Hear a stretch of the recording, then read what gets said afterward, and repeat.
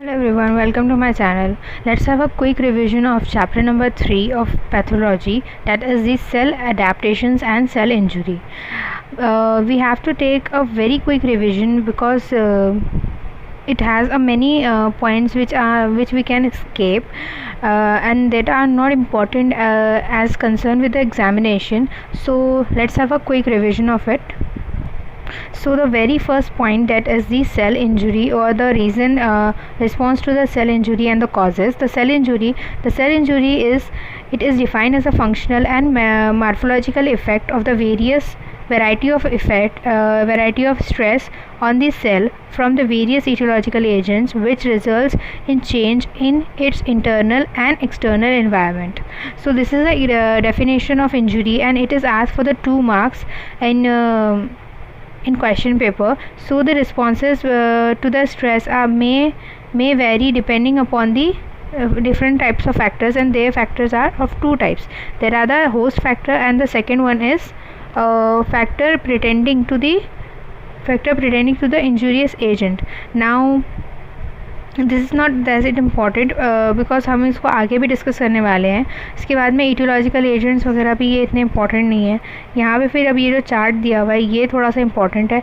Normal cell में 3 तरह की चीज़ें हो सकती है. पहला, जब स्ट्रेस उस पर दिया जाएगा तो वो स्ट्रेस को ओवरकम करेगा या हम उसको अडेप्ट कर लेगा उसी सिचुएशन में.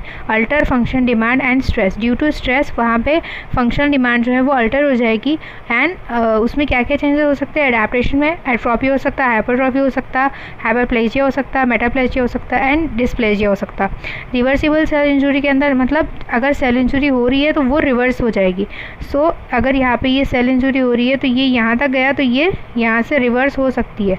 फिर अगर ये इससे ज़्यादा आगे जाएगा तो ये इरिवर्सिबल होगा, यहाँ से वापस नहीं आ पाएगा. मतलब ये जो पाथ है ये फिर बंद हो जाएगा.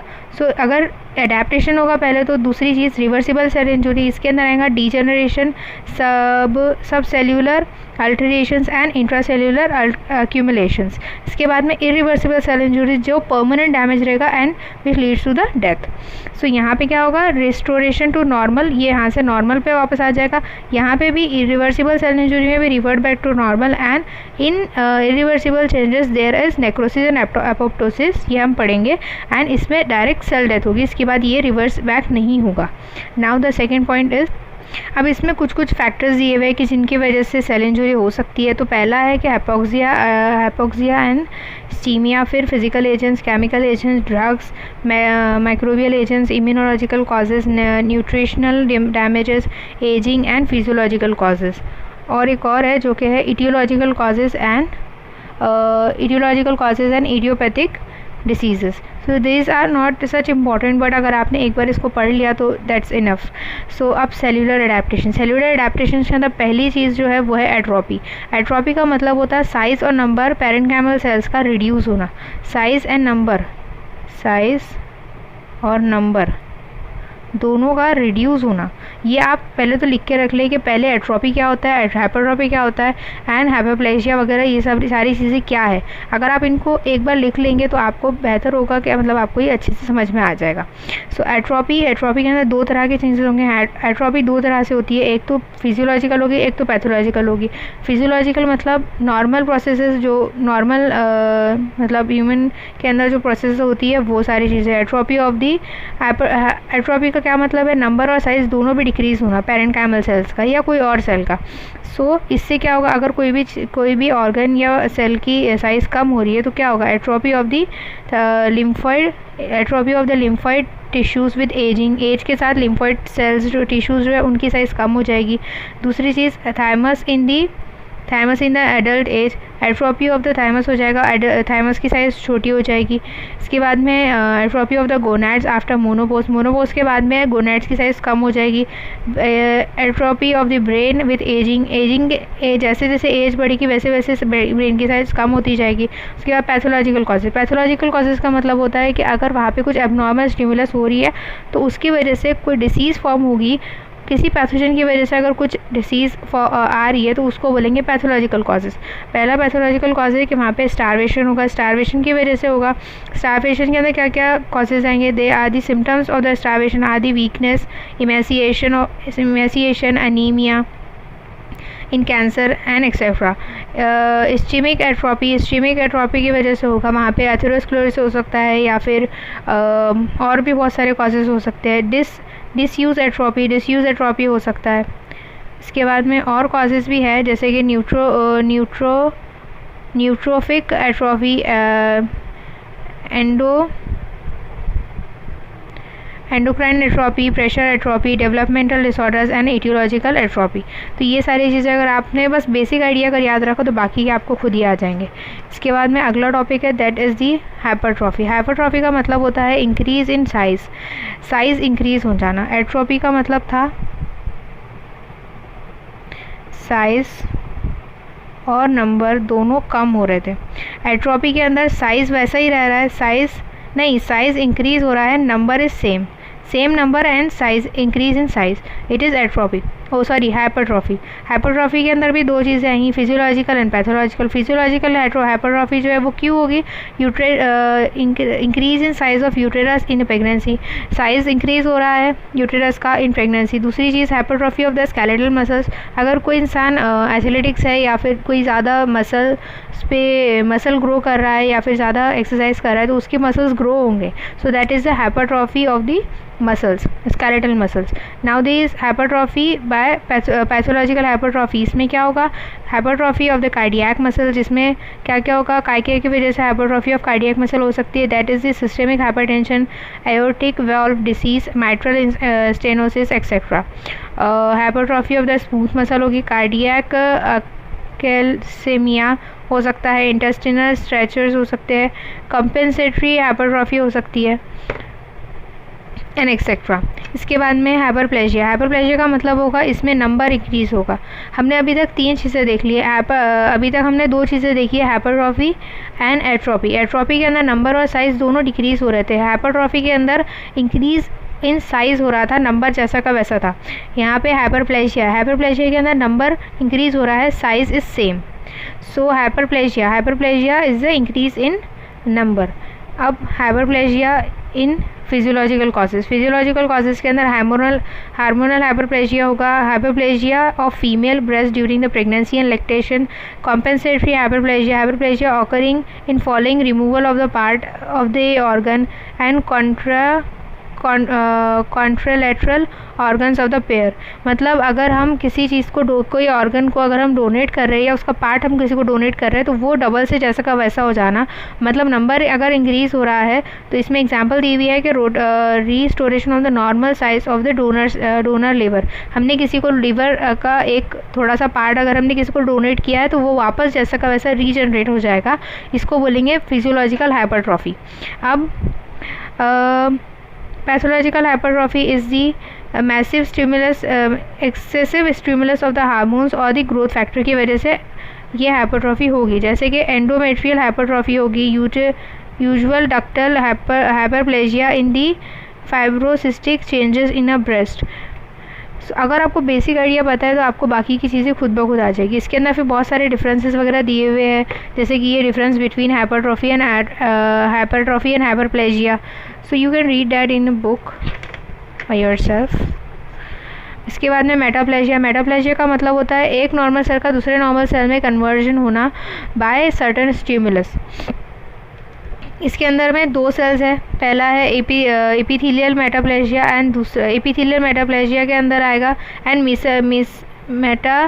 Mesenchymal metaplasia. एपिथेलियल मेटाप्लेजिया के अंदर आएंगे 2 सेल्स, दे आर दी दो आएंगे, जो कि पहला है स्क्वैमस मेटाप्लेजिया एंड दूसरा है कॉलमनार मेटाप्लेजिया। अगर हम स्क्वैमस मेटाप्लेजिया देखें तो उसमें है स्क्वैमस सेल के अंदर क्या होगा कि pseudo stratified columnar epithelium that are present in bronchus of in a upper respiratory tract. So it is normally lined by the pseudo stratified columnar epithelium, columnar ciliated epithelium, and it is converted into squamous epithelium. Why? Because of the heavy smoking, it is converted into squamous epithelium. Now the other example of the columnar metaplasia is that the columnar metaplasia of the Barrett's esophagus, in which there is a change in a normal squamous epithelium in the lower esophagus of the columnar epithelium and a pre cancerous conditions. ये pre cancerous condition के अंदर में changes होंगे। इसके बाद में mesenchymal metaplasia, इसमें क्या होगा, formation of the bone in fibrous tissues, cartilage and myxoid tissues.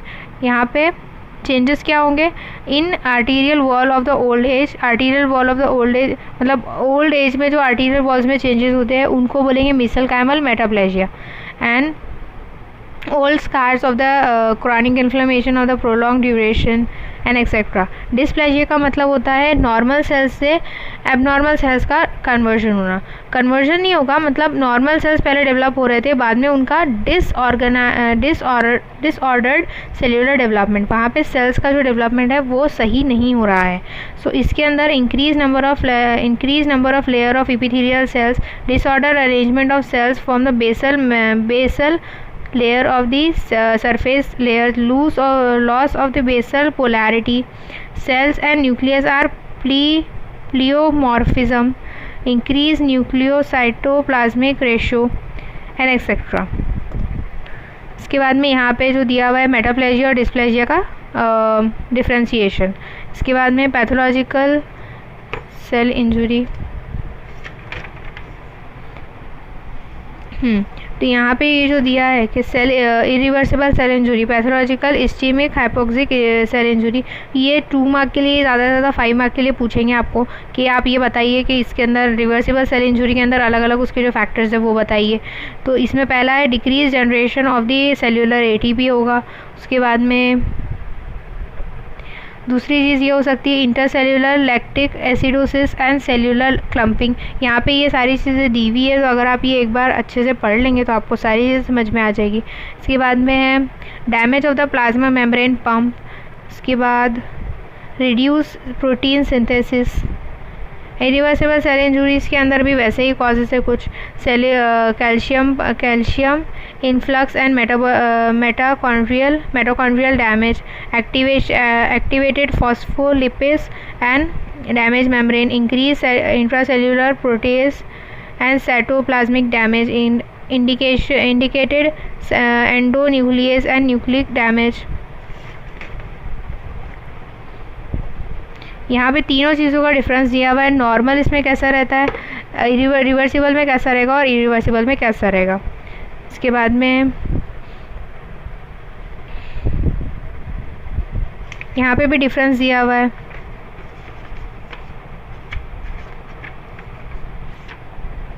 हाँ, तो ये hyaline changes these are important, these can be ask for the 2 mark. तो morphology of the reversible cell injury के अंदर 4 तरह के चेंजेस रहते हैं। पहला रहता है हाइड्रोपिक, हाईलाइन, माइकॉइड एंड फैटी। तो ये याद रखना पड़ेगा आपको। हाँ, अब ये थोड़ा सा इम्पॉर्टेंट है, this can be ask for the 10, 20 and 5 marks. तो ये बड़ा इंपॉर्टेंट चीज़ है। सो देखिए, नेक्रोसिस का मतलब होता है localise area of dead of tissue followed later by the degeneration of the tissue and hydrolytic enzyme liberated from the dead cells and irreversible accomplished by the inflammatory reactions। अब इसमें क्या होगा कि ये एक एरिया है जहाँ पे सारे डेड सेल्स हैं और वो डीजेनरेट हो रहे हैं हाइड्रोलाइटिक एंजाइम से, जो लिबरेट हो रहा है डेड सेल से। मतलब वो एक एरिया है जहाँ पे डेड सेल्स है जो खुद ही अपने आप से ही हाइड्रोलाइटिक एंजाइम जो है वो रिलीज़ कर रहे हैं और वो वहाँ पे इन्फ्लेमेटरी चेंजेस हो रहे हैं। अब नेक्रोसिस किन की वजह से हो सकता है, तो वो हो सकता है हाइपोक्सिया की वजह से, केमिकल्स की वजह से, फिजिकल एजेंट्स की वजह से, माइक्रोबियल एजेंट्स की वजह से एंड इम्यूनोलॉजिकल एजेंट्स की वजह से। अब इसके अंदर हम चेंजेस कौन से देखेंगे, तो मॉर्फोलॉजिकल अपीयरेंस वाले देखेंगे। मॉर्फोलॉजिकल अपीयरेंस की वजह से हम इसमें 5 तरह के अलग अलग टाइप्स देखेंगे। पहला है कोएगुलेटिव, दूसरा है लिक्विफैक्टिव, तीसरा है कैशियस, फैटी एंड फाइब्रिनॉइड। तो अभी पहला जो है वो है कोएगुलेटिव। कोएगुलेटिव टाइप के अंदर क्या रहेगा कि यहाँ पे ये इरिवर्सिबल फोकल इंजरी है जो कि sudden cessation of the blood flow की वजह से होती है, और इसके चेंजेस ये काय की वजह से होगी, बैक्टीरियल एंड केमिकल एजेंट्स की वजह से भी होगी। एंड इसमें जो ऑर्गन्स आएंगे वो है हार्ट, किडनी एंड स्प्लीन। यहाँ पे लिक्विड से सॉलिड फॉर्मेशन हो रहा है। कोएगुलेशन का मतलब होता है कि लिक्विड जब ब्लड हमारी बॉडी में से फ्लो करता है तो अगर हमको कहीं कट लगा तो वहाँ पे ब्लड का सीजेशन हो जाता है, मतलब वहाँ पे ब्लड थोड़ा कोएगुलेट हो जाता है, सॉलिड फॉर्मेशन में आ जाता है। तो लिक्विड से सॉलिड फॉर्मेशन होना is called as coagulative necrosis. अब इसमें ग्रॉसली चेंजेस क्या होंगे? अर्ली चेंजेस, पहले स्टार्टिंग के जो चेंजेस रहेंगे वो रहेंगे कि वो पेल हो जाएगा वो एरिया, फिर वो फर्म हो जाएगा, वो स्लाइटली स्वेलन हो जाएगा, वो थोड़ा सा सूजा हुआ लगेगा, that is called as a infarct. उसके बाद के चेंजेस क्या रहेंगे? वो येलोइश हो जाएगा, पेल से वो येलोइश कलर में हो जाएगा, फर्म से वो सॉफ्ट हो जाएगा। कोई भी चीज़ जब वो लिक्विड से सॉलिड होगी तो फिर वो थोड़ा सा सॉफ्ट हो जाएगा, फिर वो श्रिंक हो जाएगा, मतलब वो छोटा हो जाएगा, सुकड़ जाएगा। हॉलमार्क है लिक्विफैक्टिव नेक्रोसिस का कि वहाँ पे हमको थ्रॉम्बस्टोन अपीयरेंस दिखेगा। मैंने कहा कि वो लिक्विड से सॉलिड कन्वर्जन हो रहा है तो वहाँ पे वो पत्थर की तरह हो जाएगा, थोड़ा सॉलिड फॉर्म में आ जाएगा। इसके बाद अगर आप थोड़ी और डिटेल लिखना चाहते हैं तो ये भी लिख सकते हैं, the cells shows nuclear changes of pre pyknosis, karyolysis and karyolysis. ये तीन चीज़ें आपको नज़र आएगी। यहाँ पे ये तीनों दी हुई है, आप इसको आराम से अपनी बुक में देख के पढ़ सकते हैं। इसके बाद में माइक्रोस्कोपिकल चेंजेस यही थे। इसके बाद में लिक्विफैक्टिव नेक्रोसिस। लिक्विफैक्टिव नेक्रोसिस में क्या होगा? लिक्विड सॉलिड से लिक्विड बनेगा। सॉलिड से लिक्विड बनेगा मतलब यहाँ पे क्या होगा? लिक्विफैक्टिव नेक्रोसिस और colliquative necrosis is occur in commonly due to the ischaemic necrosis. यहाँ इस्चेमिक इंजुरी, यहाँ पे इस्चेमिक इंजुरी की वजह से ही होगा। फिर यहाँ पे बैक्टीरिया और फंगस की वजह से भी हो सकता है। But hydrolytic enzymes in a tissue degenerates the dominating role in is causes a semi solid material. यहाँ पे सेमी सॉलिड मटेरियल बनेगा और लिक्विफैक्टिव नेक्रोसिस होता है in fact in a brain and the abscess. तो ये हमको याद रखना पड़ेगा कि कोएगुलेटिव नेक्रोसिस कौन से ऑर्गन्स में हो सकता है एंड लिक्विफैक्टिव नेक्रोसिस कौन से ऑर्गन्स में हो सकता है। अब ये जो आइडिया रहेगा, यहाँ पे अगर हम इसकी ग्रॉस देखें तो ये ग्रॉस अपीयरेंस में हमको दिखेगा। यहाँ पे हमको सेल डेबीज नज़र आएगी, नेक्रोटिक डेबीज नज़र आएगी। यहाँ पे सिस्टिक वॉल इज फॉर्म, वहाँ पे सिस्टिक वॉल एक बन जाएगी। इसका माइक्रोस्कोपिक व्यू अगर हम देखेंगे तो यहाँ पे हमको प्रोलिफरेटिव कैपिलरीज, इन्फ्लेमेटरी सेल्स नज़र आएंगे। सिस्ट वॉल इज फॉर्म, वहाँ पे सिस्ट वॉल बनी हुई नज़र आएगी। So this is the second liquefactive necrosis. तीसरा है कैशियस नेक्रोसिस। कैशियस का मतलब होता है पनीर या फिर चीज़, आप जो भी कहना चाहें, पनीर या चीज़ दोनों में से कोई एक रहेगा। सो कैशियस नेक्रोसिस के अंदर क्या होगा कि वहाँ पे आपका जो ऑर्गन है वो चीज़ लाइक अपीयरेंस में कन्वर्ट हो जाएगा, और ये हमको centre of foci of the tuberculosis infection में नज़र आता है। इसके बाद में इसका जो ऑर्गन रहेगा, अब इसका ग्रॉस अपीयरेंस कैसा रहेगा? तो ये सॉफ्ट एंड येलोइश रहेगा, सॉफ्ट और येलोइश नज़र आएगा। इसके बाद में ड्राई चीज़ अपीयरेंस रहेगा। यहाँ पे हमको histotoxic effects of the lipo polysaccharide present, वहाँ पे लिपो पॉलीसेकेराइड्स नज़र आएंगे। और ये हमको कहाँ दिखेगा? माइक्रो बैक्टीरियल ट्यूबरक्लोसिस की वजह से ही हमको नज़र आएगा। इसके बाद में माइक्रोस्कोपिक अपीयरेंस जो रहेगा, containing structureless eosinophilic material having scattered granular debris of the disintegrated nuclei, ये सारी चीज़ें हमको दिखेंगी। इसके बाद में फैट नेक्रोसिस कॉमन सेंस की बात है कि फैट नेक्रोसिस कहाँ पे होगा? फैटी जीनरेशन, जहाँ पे फैट का एनाटॉमिकल लोकेशन और फैट रिच स्पेसिस में ये होगा, मतलब ब्रेस्ट में होगा या फिर बेली में हो सकता है। नेचुरल फैटी जहाँ पे भी anatomical positions where the fat is naturally present, वहाँ पे हो सकता है। इसके बाद में इसका ग्रॉस अपीयरेंस क्या होगा? येलोइश वाइट होगा, फर्म होगा। फर्स्ट अपीयरेंस जो रहेगा वो येलोइश वाइट फर्म डिपोजिशन रहेगा। Calcium soap impart the necrosis foci firm and the कैली वाइट अपीयरेंस। माइक्रोस्कोपिक व्यू करेगा, the necrotic fat cells have cloudy appearance, वो क्लाउडी अपीयरेंस वाले रहेंगे। एंड वहाँ पे एमॉर्फस ग्रैन्युलर बेसोफिलिक मटेरियल्स नजर आएंगे। Calcium soap, formation of the calcium soap is identified in the tissues of the section. फाइब्रिनॉइड necrosis, फाइब्रिनॉइड necrosis का मतलब होगा कि वहाँ पे फाइब्रिन लाइक सब्सटेंस का डिपोजिशन हो जाएगा, जो कि स्टेन हम कर पाएंगे, स्टेनिंग प्रॉपर्टी होगी फाइब्रिन की तरह, जिसको हम पता कर पाएंगे स्टेन के थ्रू, वो क्या है फॉस्फोटंगस्ट्रिक एसिड हाइड्रोक्सिलिन स्टेन की वजह से हम उसको पता कर पाएंगे। यहाँ पे आपको ऊपर और एक बार तीनों का डिफ्रेंशिएशन दिया हुआ है कि तीनों डिफ्रेंशिएट अगर हम करेंगे तो क्या क्या होगा। इसके बाद में now the next point is the gangrene. Gangrene का मतलब होता है, गैंग्रीन की जो डेफिनेशन है ये हमेशा हम पूछते हैं और इसमें से कुछ पॉइंट्स भी पूछते हैं, लेकिन ये 20 मार्क का क्वेश्चन भी है, 10 मार्क का क्वेश्चन भी है, 5 मार्क का भी क्वेश्चन है। सो 2 मार्क में भी इसको पूछ सकते हैं कि भाई what is dry gangrene, what is wait gangrene.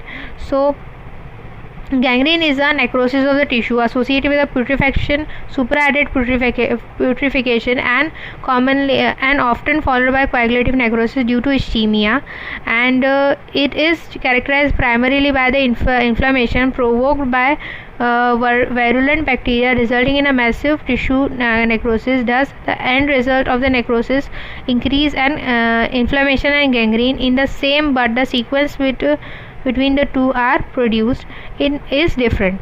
So यहाँ पे क्या होगा, ये एक एरिया है जहाँ पे हमको necrosis of the tissue, gangrene is a necrosis of the tissue, superadded putrefaction, putrefaction का मतलब होता है सड़ना, मतलब उनका ख़राब होना, सुपराएडेड प्यूट्रिफिकेशन होगा, एंड वहाँ पे कोएगुलेटिव नेक्रोसिस होगा। कोएगुलेटिव नेक्रोसिस अभी हमने देखे कि वो सॉलिड से लिक्विड नहीं, लिक्विड से सॉलिड होता है, क्योंकि हम कोएगुलेटिव नेक्रोसिस को ऐसे भी देख सकते हैं कि हमारी बॉडी में पहले ब्लड फ्लो कर रहा था, that is a liquid form, फिर हमने वहाँ पे एक इंजरी हुई, वहाँ पे इंजरी होने के बाद में वो ब्लड सॉलिड फॉर्म में आ गया, that is the liquid to solid, it is a coagulative necrosis. ये कहाँ पे होगा, gangrene in bowels and gangrene in limbs, ये distal part of the organs में ज़्यादा होगा। सो अब पहला टाइप इसका that is the dry gangrene. Dry gangrene का मतलब होता है यहाँ पे लाइन ऑफ डिमार्केशन हमको नज़र आएगी। ड्राई गैंग्रीन का मतलब होता है ये डिस्टल पार्ट्स में होगा जहाँ पे ड्राई पार्ट्स रहते हैं।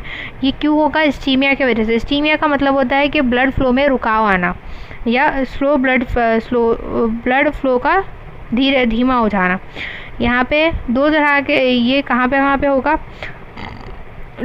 toes and the feet of the old patient and serves as a severe atherosclerotic of the arteries.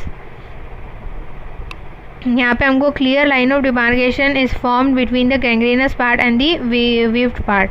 इसके बाद में इसके जो चेंजेस रहेंगे वो क्या रहेंगे कि ये पार्ट जो रहेगा ग्रॉसली ये सॉफ्ट ड्राई रहेगा, श्रिंकन रहेगा एंड डार्क ब्लैक रहेगा, रिवर्स रिजेंबलिंग रहेगा एंड ममीफाइड फुट हो जाएगा, क्योंकि वहाँ पे ब्लड नहीं पहुँच पा रहा है। कोएगुलेटिव नेक्रोसिस हुआ मतलब वो पार्ट जो है, मतलब वहाँ पे अगर ब्लड ही नहीं पहुँच पा रहा है तो वो पार्ट सड़ना शुरू हो जाएगा, ऑक्सीजन नहीं पहुँच पाएगी तो वो पार्ट के अंदर ग्रोथ नहीं हो पाएगी, सो दैट वो वहाँ पे सुपराएडेड प्यूट्रिफिकेशन होगा, मतलब वो सड़ना शुरू हो जाएगा।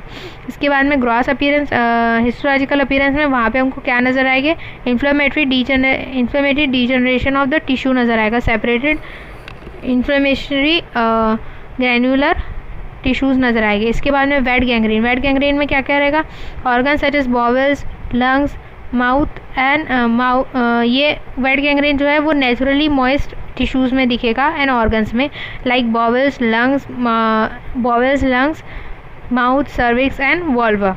तो ये इसके एग्जाम्पल्स है diabetic foot and the bed sores. Diabetic foot जो होता है वो हाई ग्लूकोज कंटेंट की वजह से होता है, जिसमें अगर हाई ग्लूकोज कंटेंट है तो वहाँ पे वो बैक्टीरिया के लिए फेवरेबल कंडीशन होती है और वो वहाँ पे उसको सही नहीं होने देता, मतलब वो उसको ड्राई नहीं होने देता, वो बराबर हील नहीं होगा तो वो मतलब सड़ना शुरू हो जाएगा, तो इसकी वजह से वहाँ पे वेट गैंग्रीन होता है। बेड सोर्स जो ज़्यादातर पेशेंट्स बेड पे बहुत ज़्यादा टाइम के लिए पड़े रहते हैं या फिर ज़्यादा टाइम तक के लिए बेड पे ही रहते हैं फॉर ए ईयर और फॉर 6 months एंड ऑल, सो उसकी वजह से वहाँ पे बेड सोर्स होना शुरू हो जाते हैं, जो कि सैक्रम प्रेशर की वजह से सैक्रम, बटेक्स एंड हील्स पे। So it is more rapid, ये ज़्यादा जल्दी होगा, more rapid and develop more often in a blockage of the venous drainage then also with the venous drainage and the articular drainage. इसके बाद में gas gangrene. Gas gangrene का मतलब gas gangrene जो है वो specially it is a special form of the wet gangrene, ये part है एक वेट गैंग्रीन का, and it is cause due to the gas gangrene is cause due to the clostridium bacteria which is a positive gram positive anaerobic bacteria. ये जो part रहेगा ये edematous रहेगा। Edematous painful and swollen and crepitant, formation of the fermentation of the sugar भी होगा by the bacterial toxins. Microscopically ये जो part है ये कोएगुलेटिव नेक्रोसिस बताएगा एंड लिक्विफैक्टिव नेक्रोसिस बताएगा। Large number of gram positive bacilli हमको वहाँ पे दिखेंगे and infiltration edematous congestion and capillaries and venous thrombosis are common. अब जो अगला टॉपिक है वो बचा, जो कुछ टॉपिक्स बचे हैं जो इम्पोर्टेंट है बस वही देख लेंगे हम लोग। पैथोलॉजिकल क्लासिफिकेशन के अंदर पैथोलॉजिकल क्लासिफिकेशन का मतलब होता है कि कैल्शियम सॉल्ट्स का डिपोजिशन होना ऑस्ट्रॉइड्स एंड इनेमल्स के अलावा कहीं और पे बॉडी की किसी और पार्ट पे, इसको बोलेंगे पैथोलॉजिकल कैल्सिफिकेशन। अब पैथोलॉजिकल कैल्सिफिकेशन दो तरह का रहता है, dystrophic calcification and metastatic calcification. Dystrophic calcification जो होगा, अब डिस्ट्रॉपिक के अंदर जो डी है डिस्ट्रॉय, तो डिस्ट्रॉय के लिए हम ये सवाल कर सकते हैं कि वो डीजनरेटिव टिश्यूज़ पे होगा, deposition of the calcium salts in a necrosed and the degenerative tissues which are normally having the with a normal calcium metabolism and the normal serum calcium level। यहाँ पे कैल्शियम, यहाँ पे deposition of the calcium होगा, calcification इन dead tissues. यहाँ पे dead tissues के ऊपर हम कैल्सिफिकेशन देखेंगे। इसके कुछ रीजंस है, कुछ अलग अलग रीजंस है, वो आप अगर पढ़ लेंगे तो बेहतर होगा। इसके बाद में मेटास्टैटिक कैल्सिफिकेशन। मेटास्टैटिक कैल्सिफिकेशन जो है वो नॉर्मल सेल्स पे होगा with the deranged calcium metabolism and hypercalcaemia.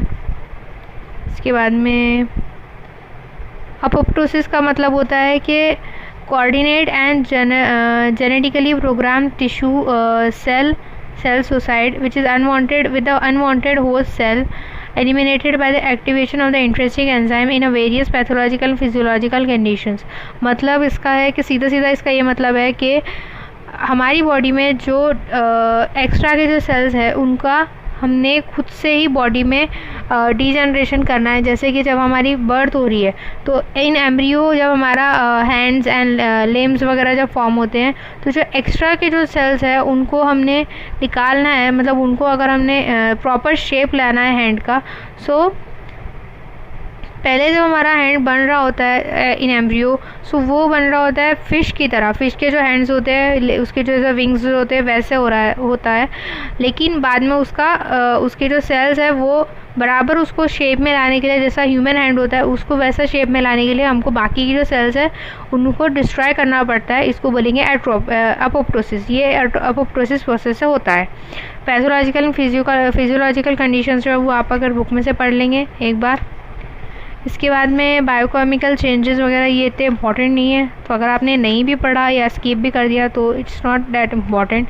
इसके बाद जो मेन चीज़ है वो है liver, fatty liver. Fatty liver क्यों होता है? फैटी लीवर होता है एक्यूमुलेशन ऑफ द फैट की वजह से in a central lobule, in the accumulation of fat. किसका कॉमन रोल जो है, liver is the most common site for the accumulation of the fat because it plays the central role in a fat metabolism. Liver के अंदर fat metabolism होता है। इसके अंदर दो कंडीशंस आएंगी, conditions with the excess fat and liver cell damage. फिर ये उसका कैसे उसका मतलब इन फैटी सेल्स मेटाबॉलिज्म कैसा होगा फैट का वो बताया हुआ है। इसके बाद में पिगमेंट्स दो तरह के होते हैं, एंडोजीनस एंड एक्सोजीनस। एंडोजीनस का मतलब होता है जो हमारी बॉडी में ऑलरेडी होते हैं, जैसे melanin like substance, alkaptonuria, Dubin Johnson syndrome and etcetera. उसके बाद में एंडोजीनस पिगमेंट्स जो है वो है inhaled pigments, ingested pigments and injected pigments, जिसमें टैटू वगैरह भी है। ये देखिए यहाँ पे बताया हुआ है। एक्सोजीनस पिगमेंट्स जो है वो है इनहेल्ड, जो हम इनहेल करेंगे like smokes and due to atmospheric pollutions carbon and carbon dust, ये जो हमें इनहेल कर लेते हैं। इसके बाद में इंजेक्ट हम करते हैं हमारी बॉडी में, इंजेस्टेड मतलब कार्बेटोनीमिया एंड एक्सेट्रा। इसके बाद में इंजेक्टेड, जो हम हमारी बॉडी में इंजेक्ट करते हैं इंजेक्शन के through, by Indian ink, cinnabar and carbon, जो टैटू वगैरह बनाने के लिए हम इंजेक्ट करते हैं हमारी बॉडी में। सो ये था हमारा पूरा सेल इंजरी। आप इसको बार बार, एक बार 2 बार पढ़ लें तो आपको ये अच्छे से दिमाग में आ जाएगा। So this was all about the cell injury. Thank you so much. If you like this, please help me to make my subscriber and all. So thank you so much.